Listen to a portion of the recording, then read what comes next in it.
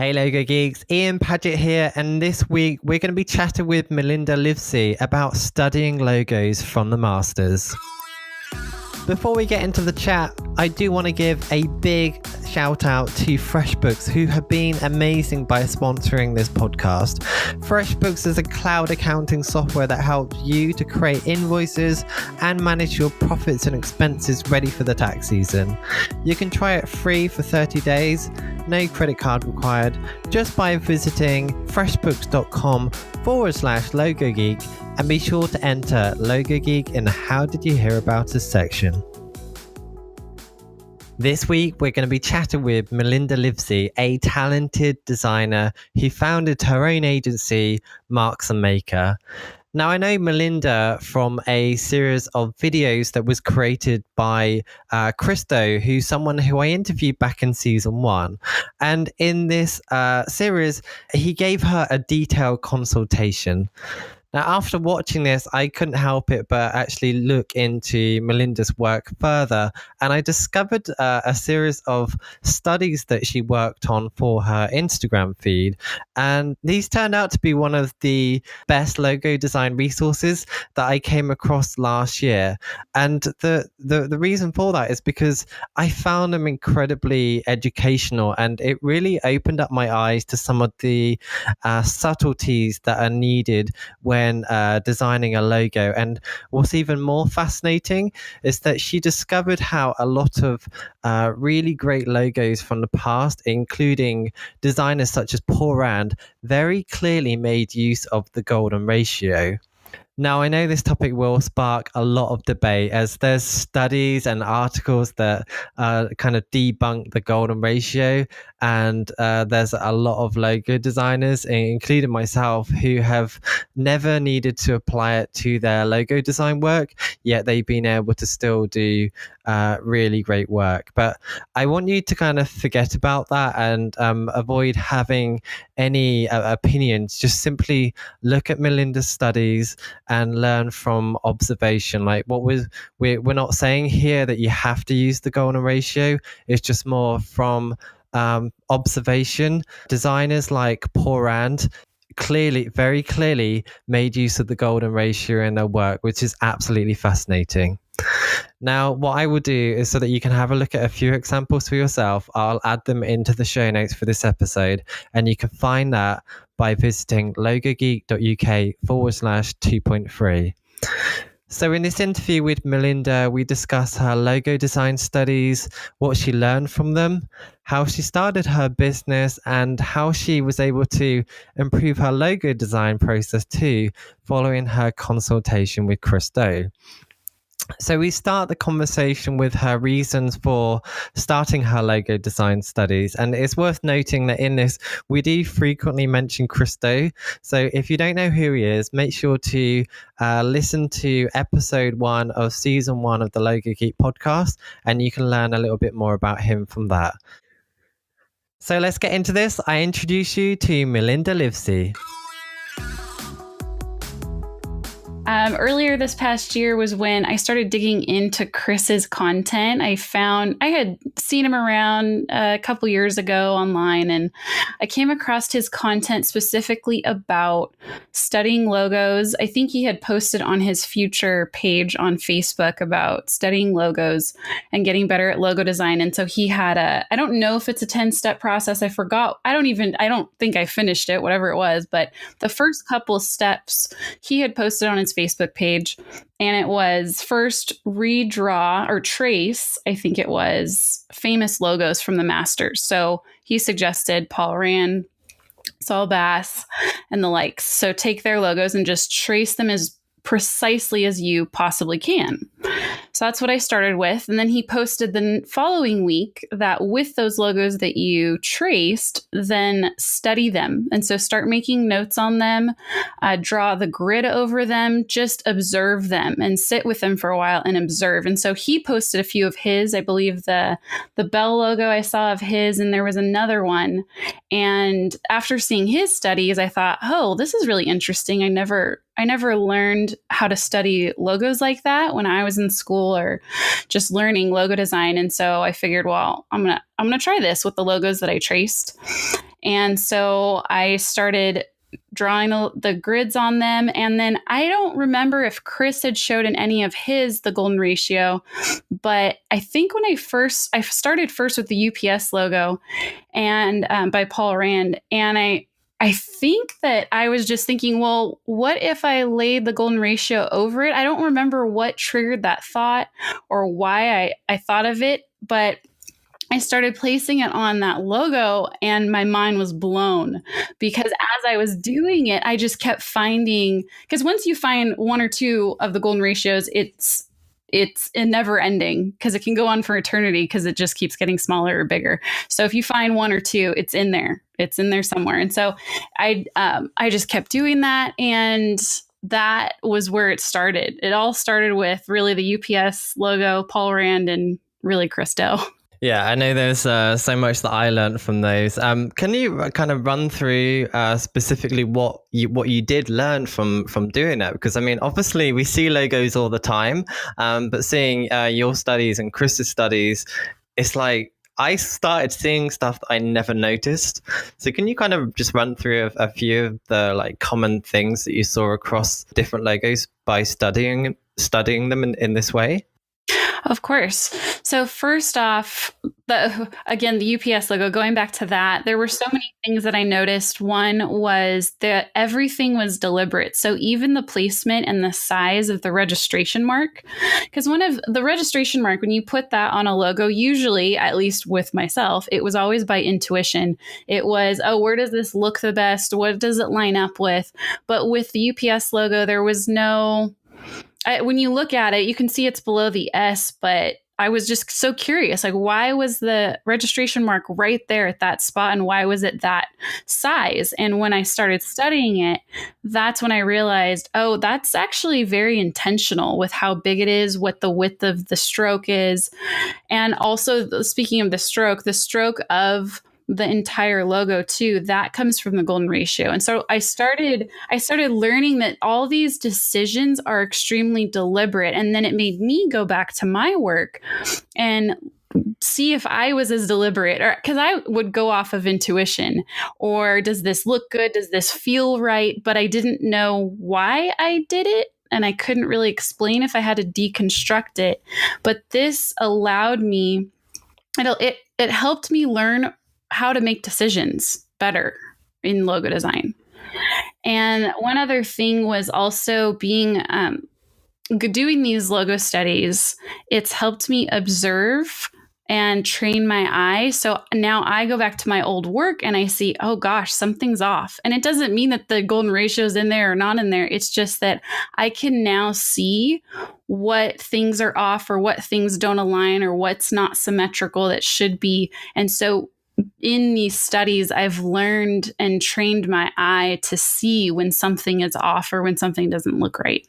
That's amazing. I know when I first saw those logos actually use the golden ratio, I was so surprised because there's been a number of blogs and articles that debunk the golden ratios. And there's also a lot of argument from designers who kind of complain that the golden ratio is a myth. So it was fascinating to see that work by the greats actually use the golden ratio. So I know you've started to apply the golden ratio to your work. How have you gone about applying that to your work? Can you talk through how you've gone about doing that? So how I started using it in my work, well, I definitely am not as extreme as Paul Rand by any means, that if you start studying my logos, you're not going to find it everywhere. But what I've learned to use it in is making decisions after I've already had the concept. So I'm not using it at the beginning. I'm using it just like I would a grid to line things up or to make a decision. Say if I have to put a circle or a dot in there or use two different circles, then I'm going to pull those ratios from the golden ratio when I go to tighten up the logo. So it's after I already have the idea drawn out and it's pretty close to final. not completely fine. I'll say 75%, 80% there. And it's when I'm tightening it up at the end. And then again, if I'm using circles, then I'll use the ratios from the golden ratio. If I'm looking at placement, I might lay the golden ratio over it to perfect where I place something. Or if I'm deciding about the stroke and how thick a stroke should be, I might use the golden ratio for that to make that decision and how thick something should be. Now I'm curious to know when you've done that, because I currently don't use the golden ratio. I tend to make a lot of my choices by eye. Now, I'm assuming that you're basically creating your logos as you would without any grid or without any rules. And then, like you said, you're applying it afterwards. Do you actually see a big difference in how it looks? Like, does it actually look better, or are you simply using the golden ratio as a way to justify your choices? That's a good question.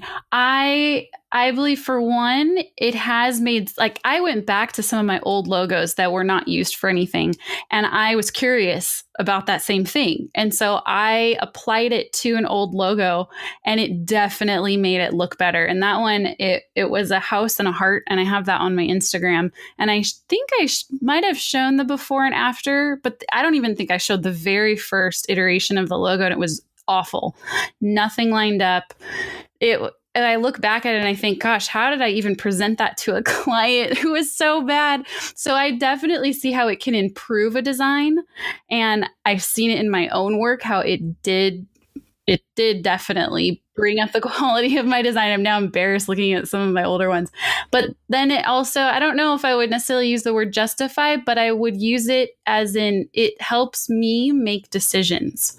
And so I'm not trying to justify that a design is great because it has the golden ratio. I don't care, because it could be great and not use the golden ratio. But I am the type of person that I love science, I love logic, I love data, and I personally like to use something like that to make my decisions instead of just going off of my gut intuition. And so I personally like using it, but as a means to make a decision and be intentional, but not to just justify a design to say, hey, look, it uses the golden ratio, it must be great. I don't think that is a good argument. Mm-hmm. I think what we need to do is I'll get some of those images from you, and we'll pop them in the show notes with this episode, because I think everyone would be really interested to see. Now, from a technical point of view, how are you actually applying that? Have you created your own template grids or something that you're applying over the top? Yeah. I actually do have a template. I saved it into my library in the Adobe Cloud. And there's the golden ratio. Once I got into it, actually you wouldn't think it would be. Well, for me, it was a little confusing because there are a couple different ones where one starts off with 2 equal squares, and then another one, it doesn't start off with 2 equal squares. So I have a couple of them, and I don't know. I have to research it more and get into it, but I don't necessarily think that's necessary to know all that. But I have those 2. I have 2 golden ratio templates that I do use. They're grids. And I just open it up and bring it over into my logo file and just lay it on top. And once I have the golden ratio I'm going to use in the logo, it's really important to not then resize it to then fit a different part of the logo. Once you have a golden ratio size, you stick with it. And that's hard to explain if I'm not showing it, but it's like if you bring in a golden ratio, don't then adjust the size to fit the logo and then keep copying the golden ratio and then resize it again. Don't resize it unless it fits within the original golden ratio. It always has to fit with that. And I think that's one important thing that a lot of people don't realize that are the haters of the golden ratio. They say, well, can't you fit that into any logo? Well, no, not necessarily. Because I think what in their mind, they're thinking, well, you just keep adjusting the size to make it fit, and then you can fit a ton of golden ratios in there. But that's not necessarily the way it works. So yes, I do have a grid, and then I just apply it over the logo. So are you then like recreating the logo in order to make those changes, or are you just like simply modifying like a near finished version of that logo? It could be. It depends on how bad the logo was drawn in the first place. So I might actually tweak what I already have, and it depends on what kind of logo it is. Like if it's just a monogram that none of the letters are connecting and it's just in placement, then I might just lay the golden ratio over and then adjust where the letters are or how big they are or how far they reach, and that's just minor tweaks. But then the example of the house and the heart, I literally had to redraw the entire thing because the circles weren't lining up right. And the square that I used for a house wasn't, the triangle. It just was all over the place. So in that respect, I did have to completely redraw it. But I looked back at the first one as my sketch, you could say, and then redrew it from there. Sounds like a really good idea. I definitely need to start trying it myself because I've always been quite comfortable of making choices by eye, but you convinced me with your studies that is definitely worth kind of investigating further. And I hope that other people, seeing the fact that poor Anne did it, I've not read that anywhere. Literally, those studies was the first time that I'd ever seen it, and it kind of blew my mind. So, thanks for pointing that out. And I hope by doing this podcast, other people will be able to see this and will start like studying logos in the same way and, experiment with them to see if it will actually make their work any better. So yeah, thanks for doing that. It was really cool. I kind of want to go into your story a little bit more. So Marks and Maker, how long has that been around? It has been around for almost 2 years now. Okay, can you talk through a little bit about your history and how that actually came into existence? Of course. I was working as an in-house designer over here at Oakley in the action sports world, and they did a lot of apparel and eyewear, and I worked from the marketing and advertising departments to I did a little bit of everything, the retail displays, and at the end, branding and packaging, and then also product graphics as well. And once they actually dissolved the creative department there, and so that's when I started Marks and Maker. Okay. I had to kind of figure out what I was going to do. And I had always wanted to work for myself. That was my dream. And I always freelanced on the side, even when I was an in-house designer. So I knew that was on the table. I just didn't know when. But then when they dissolved the creative department, it was a perfect time for me to start my own thing. So I did start freelancing right after I left there. And I just figured, this has got to be, if I'm going to go all in with this, I can't just be a freelancer. I have to think about actually making a business. And so then I was debating about, well, should I use my name? I think this is something a lot of designers go through. Should I use my name for my business, or should I make up a business name, or why should I make up a business name? And I struggled with all that. And I finally came up with the name because my thought was that I'd eventually like to go to the point where I do hire a team, and then I'm not considered a freelancer myself. So I wanted to hire freelancers to help with certain projects, and I didn't want to be the sole designer. And so I figured, well, maybe that's a good reason to then have a business and have a business name. And so that's when I started Marks and Maker. The name came from, I actually work with a lot of creative entrepreneurs, and then I consider myself one as well. So that's where Maker came from. And then Marks, we make marks for them, right? Mm-hmm. We make graphics and marks and logos. And so that's how the name Marks and Maker came about. And it's kind of fun because there's a lot of play on words that we can do with that. And so that's how it all got started. Okay. And now I guess at that point you kind of started building your website, to put a portfolio on there. One thing that I noticed when I was having a look at your site, I noticed that you'd got other people to build the website and other people to write the content as well. I know a lot of people kind of do it themselves when they start out. What's the reason why you chose to employ someone to do it for you? For one, I don't do websites at all. Mm-hmm. And because I wanted to start learning how to be more of the director and not the maker. I wanted to see what it was like being on the client's end and hiring someone to do something for me, and two, also being a director. So I wanted that experience, and I figured, well, if that's what I want to do moving forward in my business, then I should practice doing that at the beginning of it.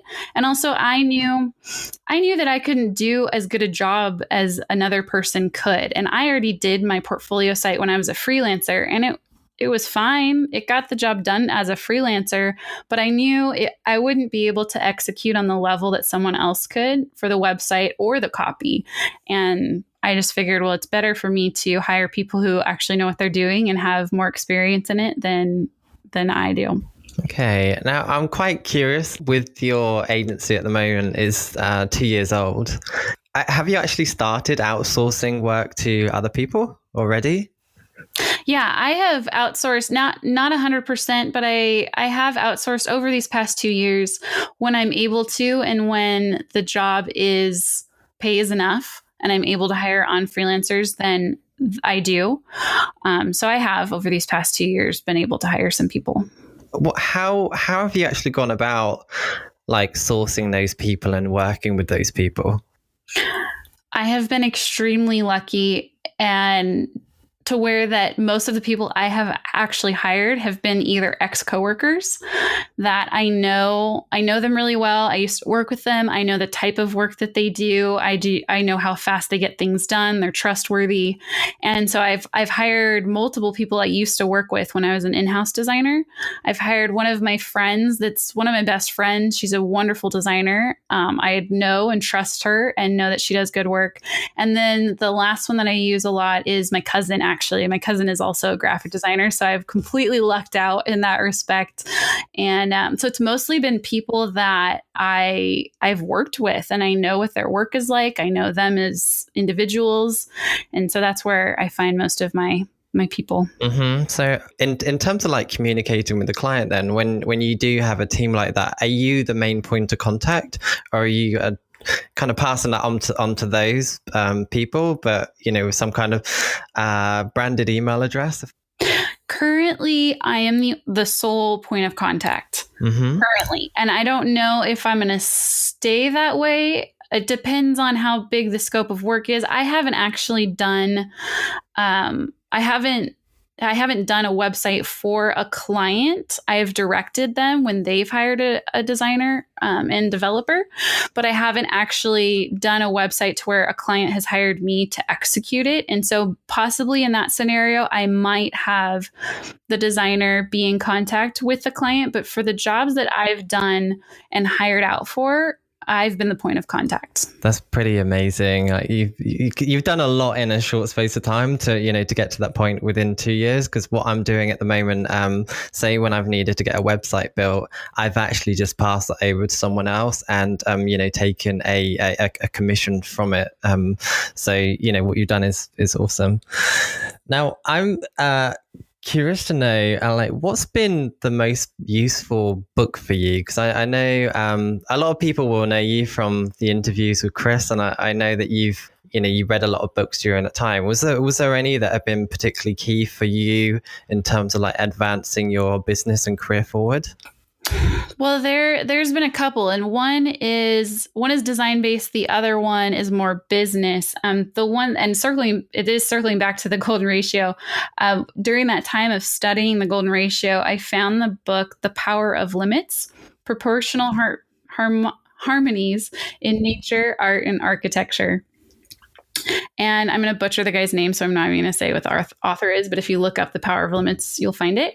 And I did not even get through maybe the first 2 chapters, but that's enough to give me enough information to then go back to the golden ratio and the grids and apply them, because it shows the pentagram, there's all that comes from the golden ratio, and it has all these diagrams from what the golden ratio pattern pattern is in leaves and flowers. And then it goes through even it showing up into music and architecture. And it goes really deep, but I didn't even go past the first 2 chapters, but those were enough to give me a basis to then bring back to my studies and to my logo design. And so that book, I still reference the first couple of chapters, even now when I'm working with logos. So that one has been really helpful as far as the design is concerned and applying the golden ratio.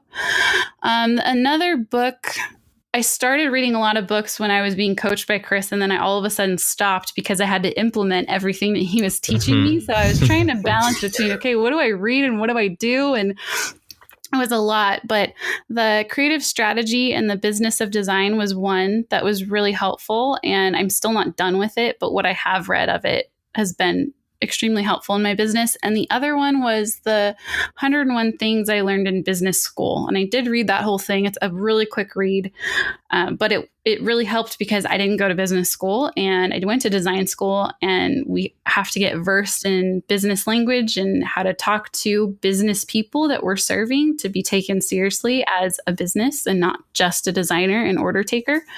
And so that gave me the vocabulary that I needed as a jumping off point. And now I find myself being able to relate to people in their business as they're starting their business and talk to them on a level that they feel I can relate to them as a business owner as well. And that I'm not just some designer that they need to direct and they think that I don't know anything about their business. They actually feel like, oh, you get it. You know what I'm talking about. I just want to take a short break to give a shout out to FreshBooks, who have been amazing by sponsoring this podcast.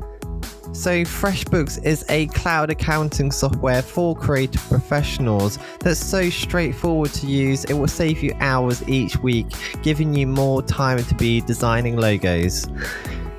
You can easily create and send professional looking invoices, but don't worry, you can also add your own logo and color scheme too to make sure that your invoices reflect your brand. A feature I love about FreshBooks is that you can see when your clients have actually opened your invoice, so there's no more guessing. It will also send automated late payment reminders too, so you don't have to have any of those really awkward conversations. If you're listening now and you've not yet tried FreshBooks for yourself, now is the time to do it, as they're offering you a free 30-day trial, no credit cards required.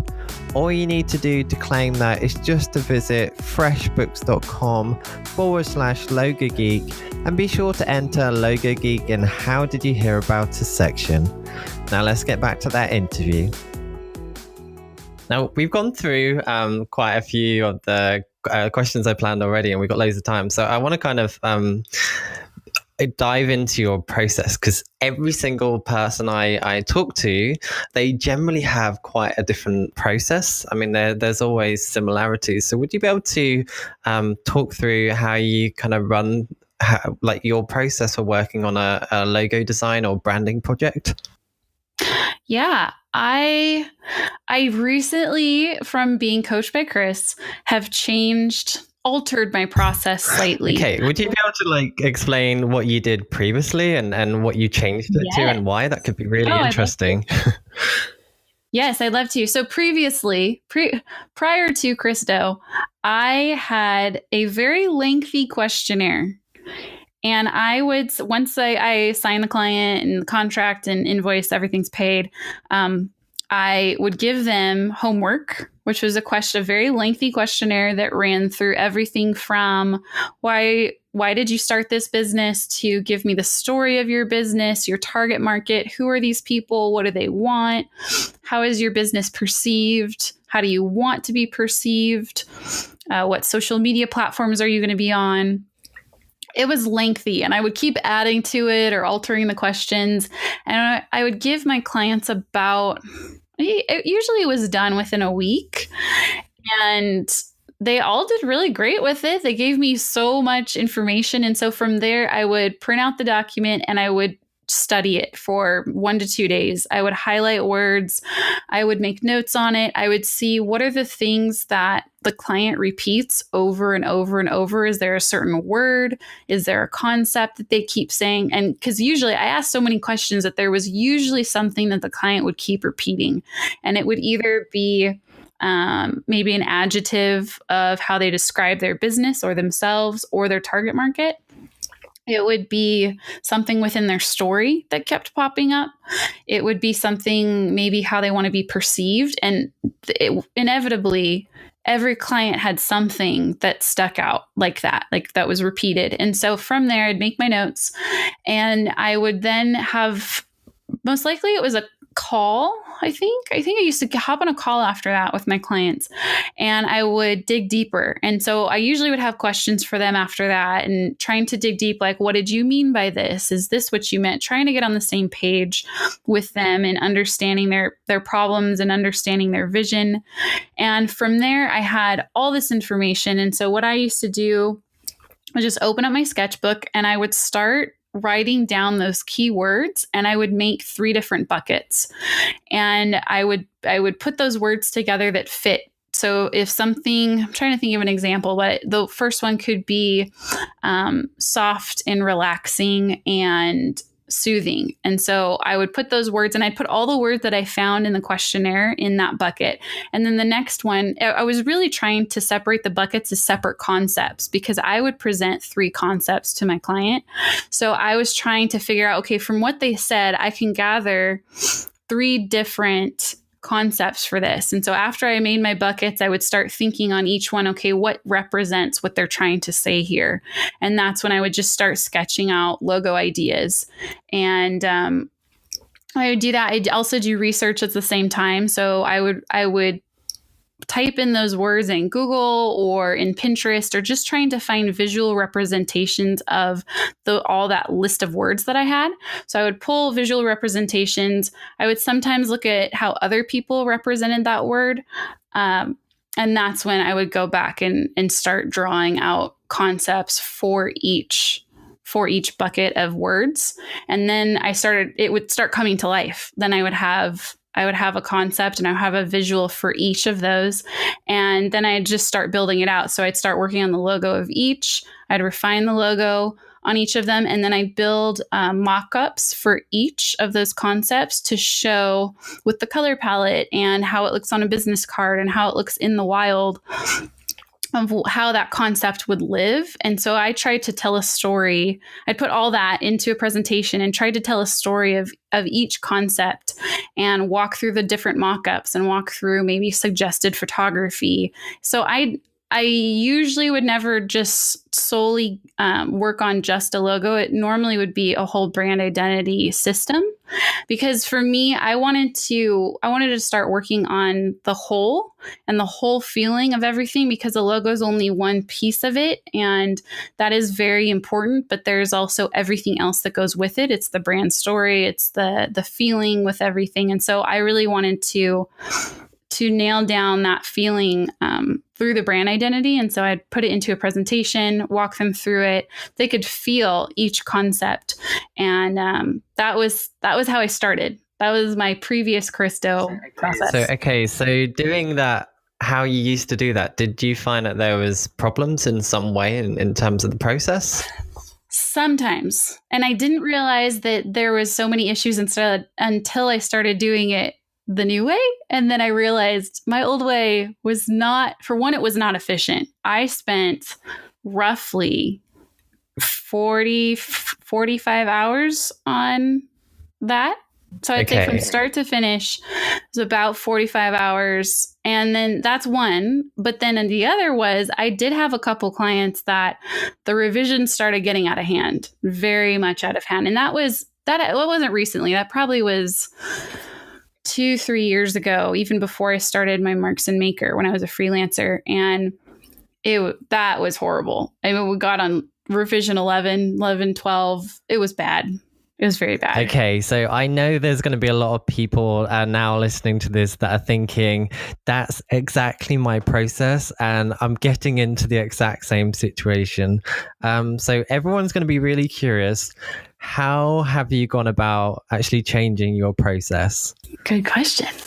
So with Chris has been teaching me, for one, ditch the questionnaire. He said, do not make your clients work like that. You need to do the heavy lifting. So one, ditch the questionnaire. And then I thought, okay, well then what do I do? If I don't have a questionnaire, how am I supposed to get all of my information? How am I supposed to get all this out of my client? And so that's when and if your listeners have listened to Chris or watched his videos, he does use something that's called CORE, and it's a strategic framework. He actually sells it on the Future site. And I went through CORE and learned how to facilitate strategy with my client to understand. It was almost like I took my questionnaire and made it into a workshop with my client. Because I after I learned CORE, I thought, well, I have been asking these questions, kind of.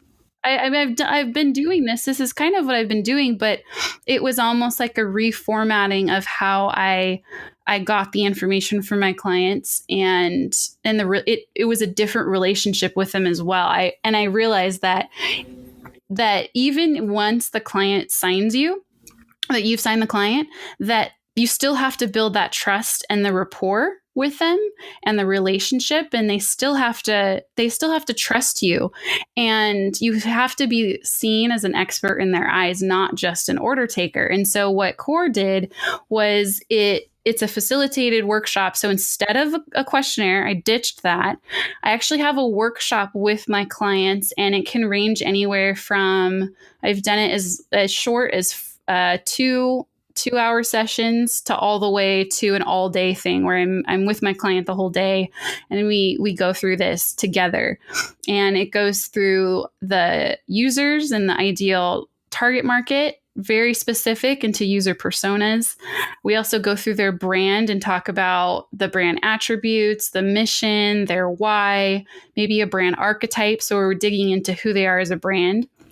And then the end part is the goals. And the goals are, okay, knowing your user, knowing your brand, what do we need to do now to line up, to make sure everything lines up? So a lot of those things end up being, oh, I need a new logo. Now we need to work on your website because I need somewhere to land. We need to do print collateral. And so it's a whole different framework than what I used to do with the questionnaire. It's completely changed my entire process. And so what I've noticed that's been doing, because I've done it now with, I want to say around 8 to 9 clients now. The first few I did it free because I was still learning how to do it.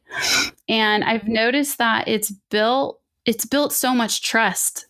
And what happens there is you don't end up with 11 revisions, because I'm working now so closely with my client that after these facilitated workshops, I'm then showing them inspiration based off of what we talked about and trying to align the vision that I understood from them and showing them back in a visual form and saying, hey, is this what you meant by futuristic? Is this what you meant by rustic and chic? Or I'm trying to align what I'm seeing in my head and then what they're seeing in theirs and saying, are we on the same page here? And after I get their buy off on inspiration, then I move closer, and that's I do stylescape. So it's a visual landscape of their business, where it's not a mood board, but then it's not total built out mock-ups like I used to, but it's a closer. It's getting closer and closer to what their brand is going to look like. And even then, I don't work on the logos yet. It's maybe a rough sketch of a logo, but they can get the feeling and the sense of the design. And since doing this, I have reduced the time that I spend on projects by, I want to say, half, at least. By half? No way. I've always been curious about this process, and I've always thought that it would actually take longer, but to find out it's taking you half the time is kind of mind-blowing. I mean, it sounds more valuable too, so I would assume that you would be able to charge more for this too. So core is something definitely I need to look into, and I know that listeners of this are going to be really keen to check it out for themselves. So just to make it easy for everyone now, what I'm going to do is after this call, I'm going to create a quick link, which will be logogeek.uk/core, so that people can just go and find that, learn more about that for themselves. I'm definitely going to be doing that. I agree. And the other thing I want to add is it has given me a chance to raise my prices a lot, because I actually charge for this portion. I charge for my process. I charge for my thinking, which that's the big thing Chris was trying to get through to me, which I did not understand. In half the videos, I was so confused because I didn't understand this process. And then after I learned it, I thought, oh my gosh, this is so easy. Now that I see the framework, I understand how you can actually charge so much money for these things, because I'm actually charging now for the thinking that I did so much of that with the questionnaire, but now I'm actually charging my client for it. And then everything that comes after it, all the deliverables that we outline, the logo, the website, the print collateral, whatever comes after that, I charge separately for as well. But when you think about it, this whole time I've been building trust with them. I've worked with them closely. They feel I understand their vision.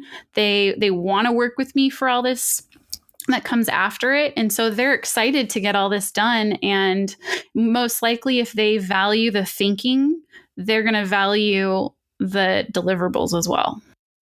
Mm-hmm. So one of my questions, I'm thinking, so you have that initial workshop.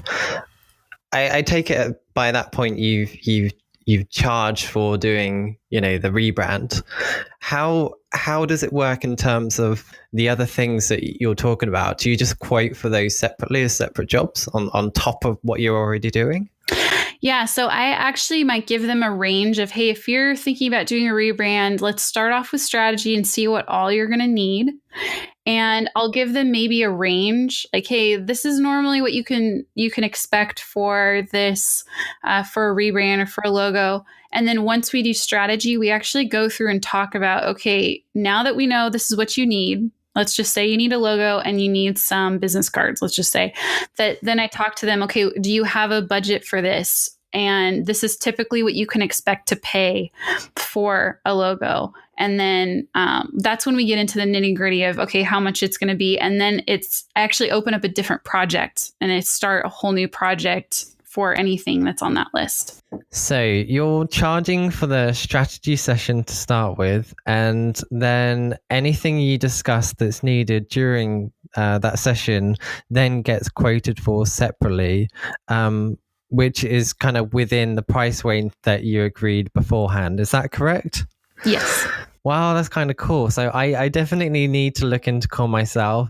And as mentioned earlier, what I'll do is I'll create a link, which would be logogeek.uk/core for the listeners out there that actually want to look into it themselves and find out more.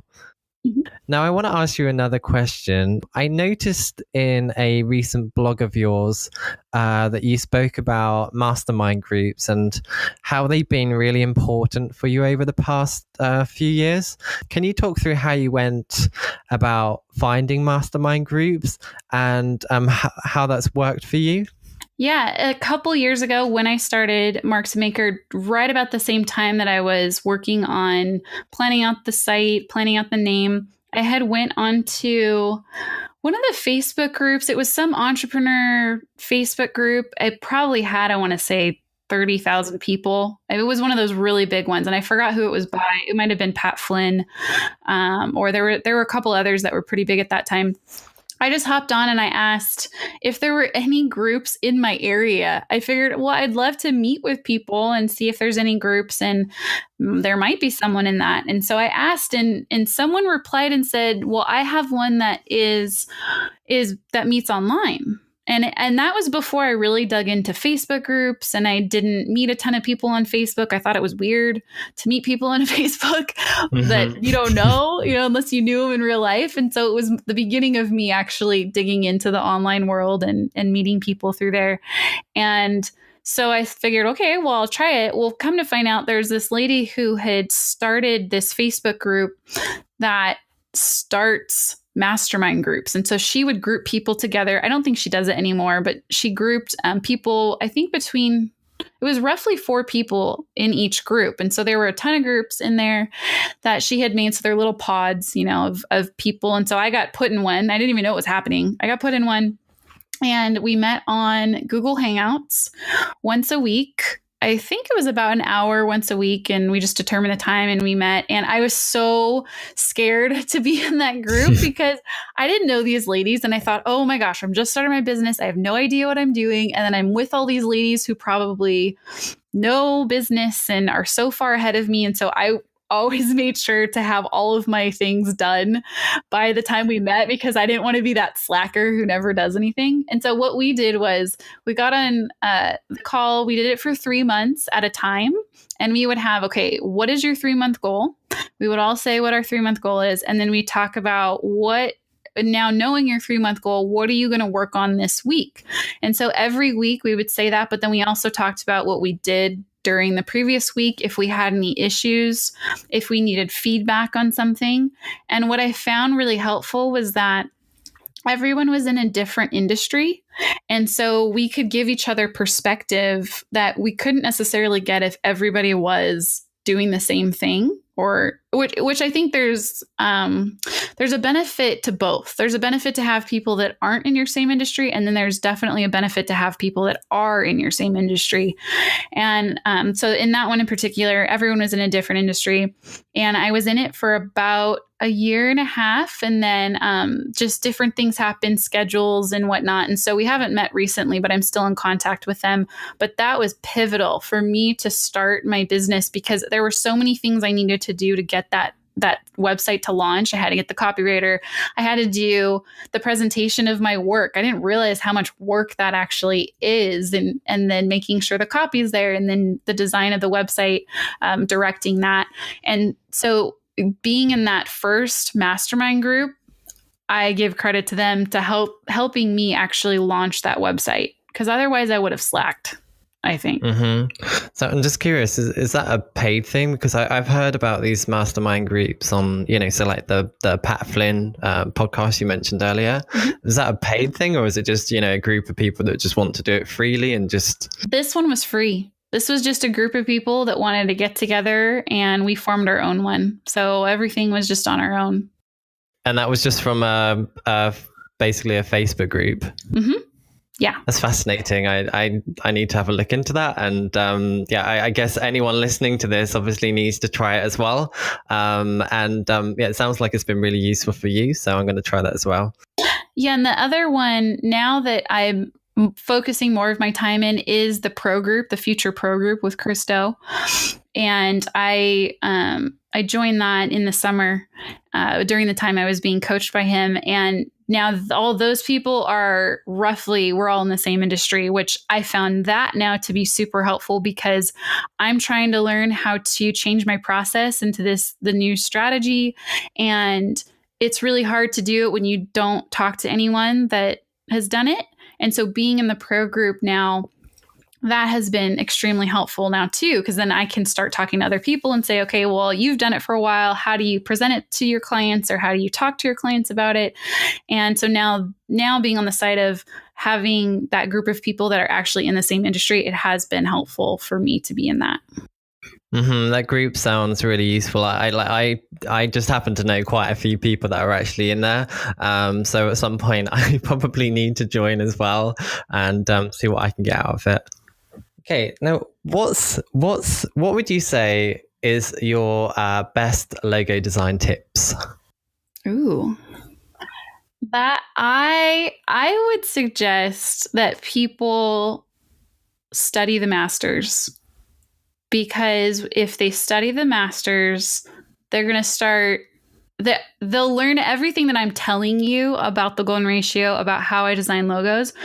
They're going to see it for themselves. And there's a lot of people that keep saying, oh, it's a gimmick, or this is dumb. And that's fine. They can have their opinions, but a lot of them, they haven't actually studied the logos. And I say, don't say anything about it until you actually study the best logos, and then form your opinion. Yeah, I think what you demonstrated with everything that you've done so far is that it's definitely worth studying the masters, because there's stuff that they're doing within their work to make those choices. And with your logo studies that we spoke about earlier, you clearly unraveled some interesting stuff from that.